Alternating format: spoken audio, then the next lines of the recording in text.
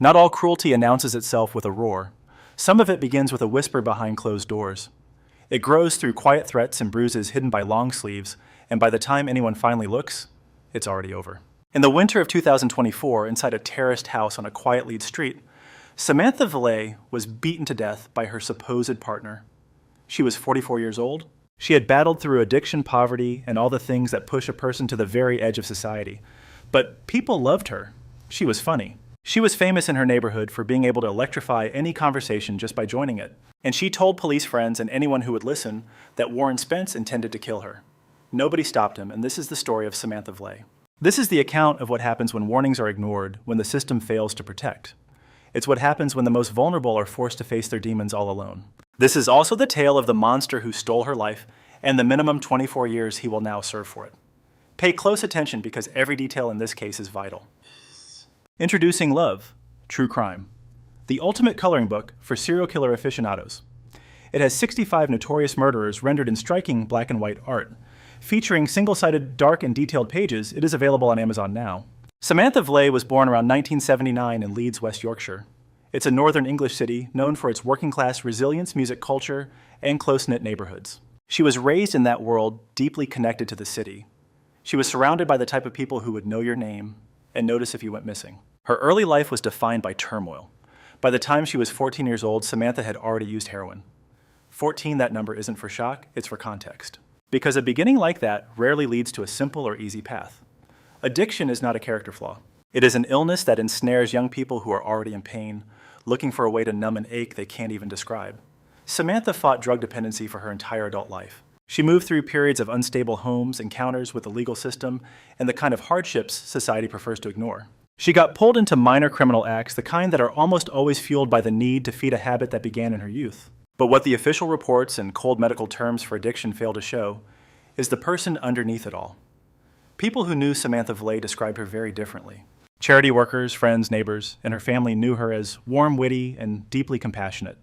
Her ability to connect with people was completely natural. She was the type who could enter a room of strangers and start a conversation in seconds. She loved music, had a razor-sharp wit, and was generous even with the little she had. In Leeds' Hare Hills district, where she spent a lot of her time, she was a fixture. People knew her name. They recognized her face, and they would stop to speak with her. One aid worker later called her a real character and a light for the whole community. That phrase really sticks with you, a light within the community, not despite her problems, but because of who she was. She was a complete person living a difficult life with her warmth and spirit unbroken. She had a family too, people who cared for her. They would later stand in court and call her funny, loving, and a person who brought everyone together, the kind you never forget. Samantha Vley wasn't a perfect person because no one is, but she deserved safety. She deserved to be protected, and when she pleaded for help, she deserved to be heard. Warren Spence was born around 1969, making him roughly 10 years older than Samantha. He grew up in England, and by the time he appeared in her life in 2023, he was in his mid-50s, a man with a long documented history of violence towards women. Not just one incident or two. At least 3 of his previous partners had been victims of his cruelty. 3 women before Samantha had already discovered what it was like to be in a relationship with him. And according to the court files, that meant dealing with coercive control threats and physical brutality. In court, Spence was called manipulative and controlling. He was also incredibly jealous. It was a jealousy that wasn't romantic, but suffocating and deeply dangerous. He didn't just threaten his partners, he threatened their families too. He was, in the words of the court, a person who intentionally preyed on vulnerable women. He then used fear as his weapon to keep them from leaving. His own life was often unstable, he moved all the time, and sometimes had no permanent address. This nomadic lifestyle isn't uncommon for men with his profile. It makes his patterns harder to see, harder to piece together, and harder to stop. Each new town, each new romance, and each new victim looks like an isolated event. They are not seen as part of a wider pattern of predatory violence. By the time he met Samantha Vley, Warren Spence had already proven time and again what kind of man he was. The judge who sentenced him said he had been a danger to women for a very long time. The trial would prove that his relationship with Samantha followed the exact same pattern he had established long before he ever met her. He would draw them in close, and then the violence would erupt. Samantha Vley and Warren Spence started their romance in the autumn of 2023. From the outside, and maybe even to Samantha at the beginning, it all seemed perfectly fine. She apparently mentioned the relationship casually to her friends in those early days. She said she was happy spending her time with him. That's the playbook for men like Spence. There's always an initial phase, sometimes lasting for days, sometimes weeks, sometimes even months when everything feels great, The charm is on full display. The attention is wonderful and there is no hint of the darkness underneath. The researchers who study this call it the idealization phase, and it is never an accident. It is a deliberate plan, and it's how a predator gets close enough to strike. But the disguise fell away very quickly. Within weeks or months of their relationship starting, the abuse had begun. Spence physically attacked Samantha. He threatened her, and he threatened her family members. He started to control where she could go, who she could talk to, and everything that she did. Arguments exploded into physical violence. The relationship became a terrifying cycle of intimidation, assault, and fear. People who knew Samantha for years would later describe the terrifying change they saw in her during that time. Her humor would still flash, but a new relentless terror was hiding just beneath the surface. And to her credit, Samantha refused to stay quiet about her ordeal. She confided in her friends, visited a domestic abuse center to report the beatings, and even went to the police. On New Year's Eve 2023, police body cam footage recorded an interaction with her. She was visibly terrified. She confessed to the officers she had been shouting for assistance. She told them he terrified her, and she made it perfectly clear she couldn't speak openly with him so close. And she told person after person on so many occasions some variation of the same awful prediction, he's gonna kill me. She just knew it. She understood with a clarity that can only be born from living inside the nightmare, from being the one absorbing all the violence. From knowing precisely what Warren Spence was capable of doing. She wasn't overstating the facts. She was not being dramatic. She was reporting a threat she had judged with absolute correctness.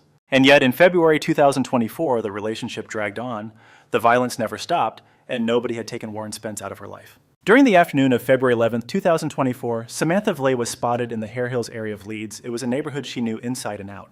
At roughly 3 in the afternoon, observers noticed her talking with acquaintances near the very streets where she often passed her time. She looked completely normal, entirely relaxed. There was no clue in her behavior that afternoon of the tragedy that was about to unfold. By about 4:30 in the afternoon, she and Warren Spence were seen together in the same area.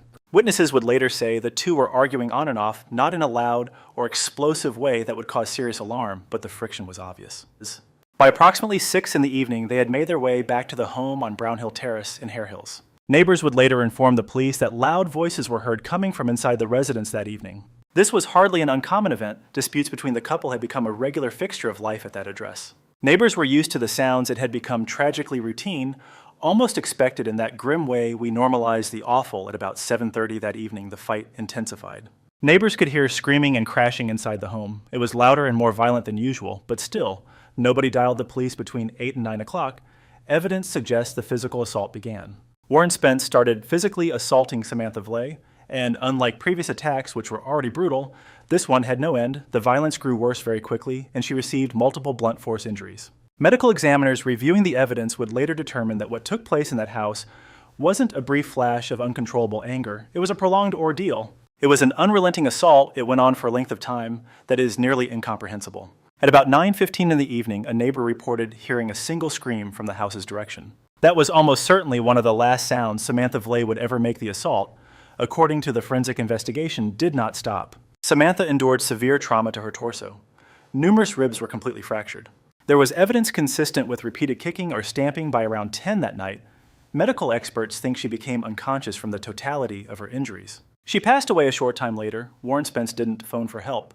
He never contacted any emergency services, and he didn't panic or try to make any excuses for what he had done. Authorities believe he stayed inside the home for a few hours after Samantha's death, just remaining there with her. In the early morning of February 12th, at roughly 2 o'clock, he at last departed from the residence. Security camera footage later showed him walking away from the scene.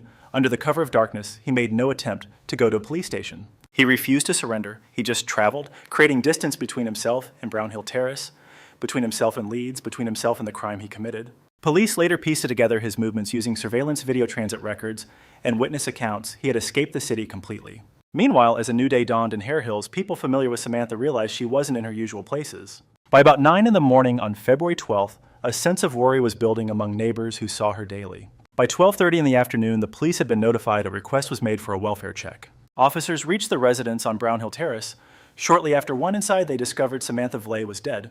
A homicide investigation began without delay. Warren Spence was named the primary person of interest by the next day, and his description was distributed nationwide. On February 15th, just 3 days after the body was found, he was tracked down in Scarborough, a coastal town roughly 100 kilometers away from Leeds. He was apprehended. The state charged him with murder. The ensuing investigation was both painstaking and damning. The prosecution constructed his case upon 3 key pillars: the forensic proof detailing what was done to Samantha's body, the recorded history of domestic abuse between the two, and the previous encounters that both police and support agencies had already had with the pair. The findings from the post-mortem examination sent a chill through the entire courtroom. 25 shattered ribs, horrific blunt force trauma to the head and torso, numerous internal injuries, bite marks, and massive bruising.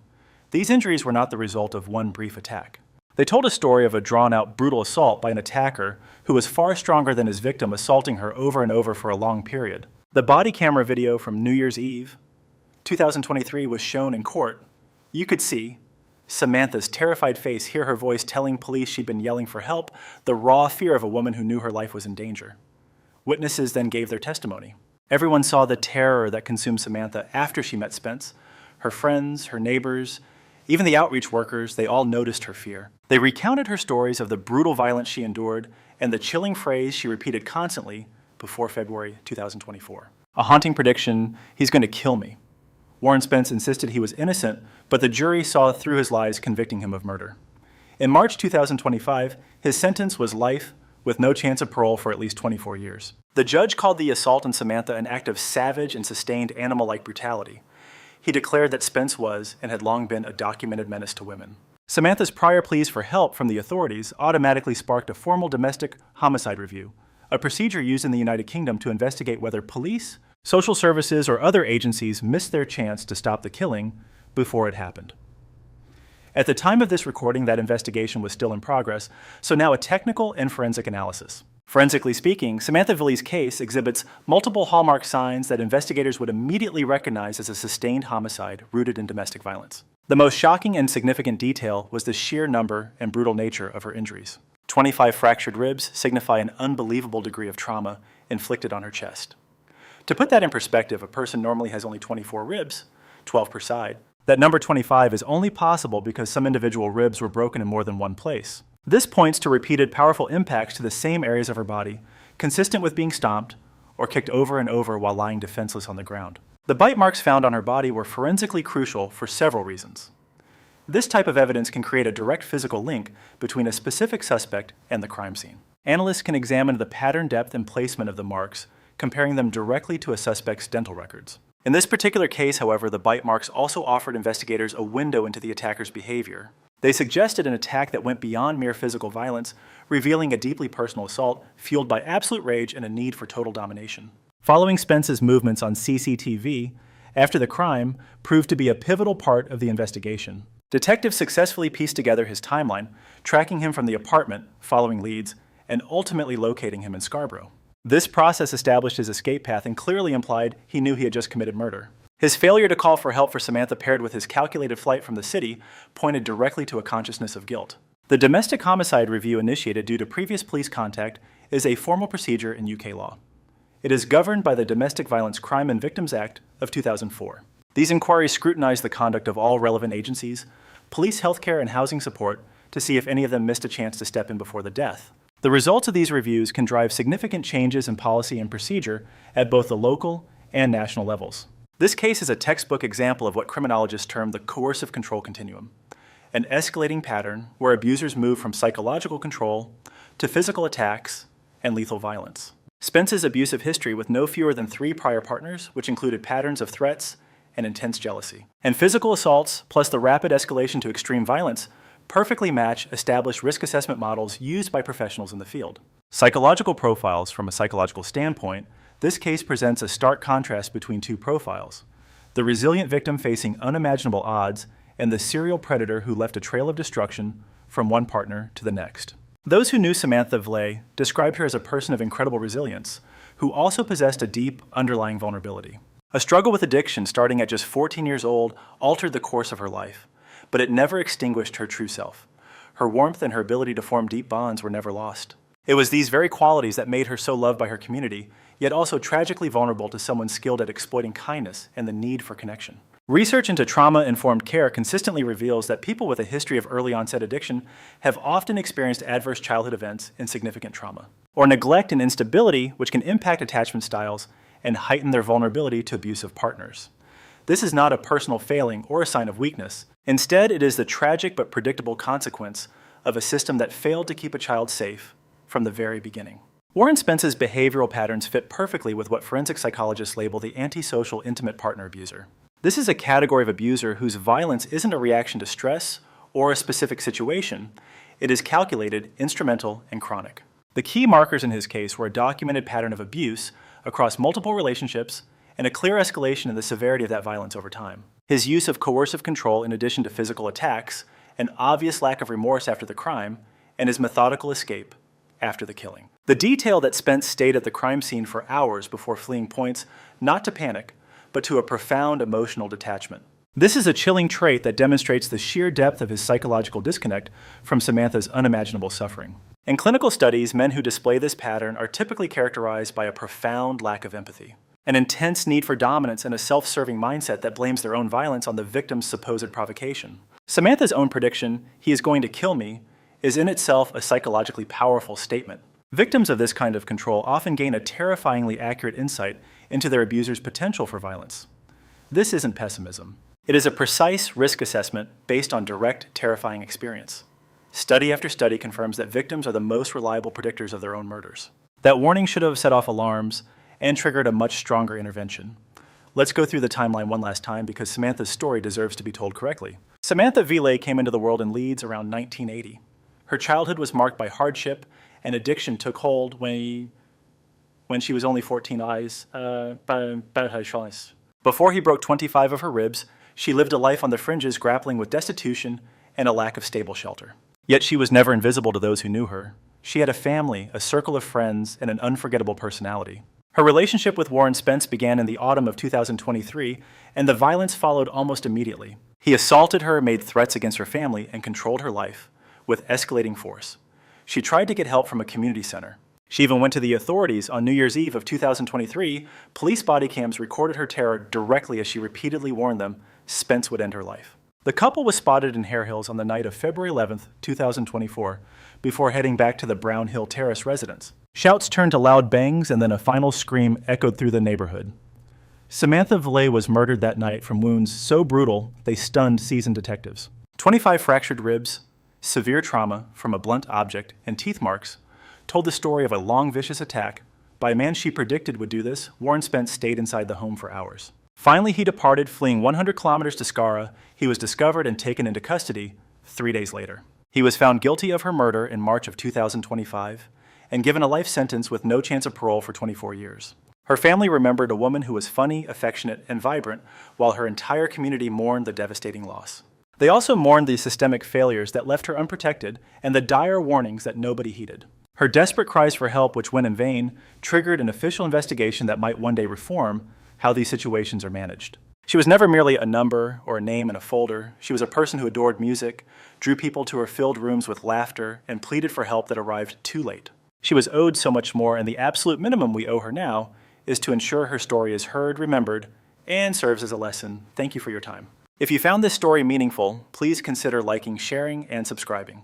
Many more voices still need to be heard. I will see you for the next one. In a world that often moves too fast, we sometimes forget the quiet lessons hidden in everyday moments. True growth doesn't always come from grand achievements, but from the small choices we make when no one is watching. It is in how we treat others, how we respond to challenges, and how we continue forward even when things feel uncertain. Education is not just about knowledge, it is about understanding empathy and character. The most valuable lessons are those that shape who we become, not just what we know. When we learn to listen deeply, to respect differences, and to act with integrity, we build a foundation that no hardship can shake. Life will not always be easy. There will be setbacks, doubts, and moments of fear. But within those moments lies an opportunity to grow stronger, wiser, and more compassionate. Every challenge carries a lesson, and every lesson is a step toward becoming a better version of ourselves. Never underestimate the power of persistence and kindness. Even the smallest positive action can create a ripple effect far beyond what we can see. In the end, it is not success that defines us, but the values we choose to live by.